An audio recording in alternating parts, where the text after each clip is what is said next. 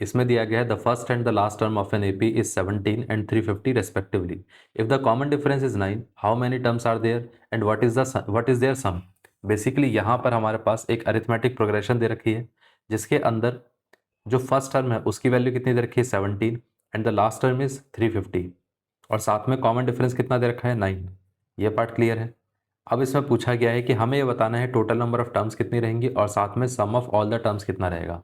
अब देखिए, अगर हम इसको ध्यान से देखें तो हम ऐसा बोल सकते हैं ना कि यहाँ पर लास्ट टर्म जो होगी उसी को हम क्या बोल सकते हैं, nth टर्म।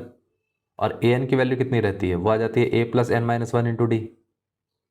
अब ए एन कितना था 350, ए कितना है 17 plus N minus one into d कितना है 9। 350 में से अगर हम 17 को माइनस करेंगे तो कितना आएगा, तो यहाँ पर ये आ जाएगा 333। इतना क्लियर है, ये पार्ट क्लियर हो गया। अब यहाँ पर ये कितना आ जाएगा 9 इंटू एन माइनस वन। अब देखिए, अगर हम इसके अंदर 3 से कैंसिल आउट करेंगे तो यहाँ पर 111 आ जाएगा और यहाँ पर ये 3 आ जाएगा। 3 से फर्दर कैंसिल आउट करेंगे तो कितना आ जाएगा, ये आ जाएगा 339। फिर यहाँ पर 21 बचा तो 3721।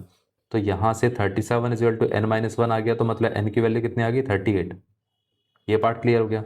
तो टोटल नंबर ऑफ टर्म्स कितने आ गए 38। अगर हमें यहाँ पर सम ऑफ ऑल द टर्म्स निकालना है तो हमें क्या करना पड़ेगा, हम इसको इस तरीके से भी कर सकते हैं कि n/2 इंटू ए प्लस एल, क्योंकि l हमारे पास पहले से है और साथ में a भी है और साथ में अब n भी आ चुका है। तो मतलब इसको ऐसा लिख सकते हैं ना कि 38/2 इंटू कितना रहेगा a plus L which is 17 plus 350। ये पार्ट क्लियर हो गया। तो यहाँ से कैंसिल आउट हो जाएगा तो यहाँ पर ये 19 आ गया, 19 इंटू और ये कितना आ गया 350, मतलब ये आ जाएगा 367। अब देखिए, इसको आप दो तरीके से कर सकते हो, या तो 19 के टेबल से मल्टीप्लाई करके सीधा कर दो, या तो अगर आप चाहो तो आप ऐसा भी लिख सकते हो कि ये आ गया 20 माइनस वन इंटू 367। इतना क्लियर है। अब 20 से अगर हम इसको मल्टीप्लाई करेंगे तो पहले 2 से इसको मल्टीप्लाई कर देते हैं तो ये कितना आ जाएगा, तो यहाँ से अगर हम देखें तो ये कितना आएगा 36 का डबल कितना होता है, 36 का डबल हो जाएगा 72 और यहाँ पर ये तो ये आ जाएगा 7340। इतना क्लियर है। और माइनस कितना आ गया 367। अब इससे हम माइनस कर देते हैं, तो जैसे ही हम माइनस करेंगे तो यहाँ पर ये कितना आ जाएगा, 10 में से माइनस हुआ तो ये 3 आ गया, 13 में से माइनस हुआ तो 13 में से अगर हम 6 को माइनस करेंगे तो यहाँ पर 7 आ जाएगा। इतना क्लियर है।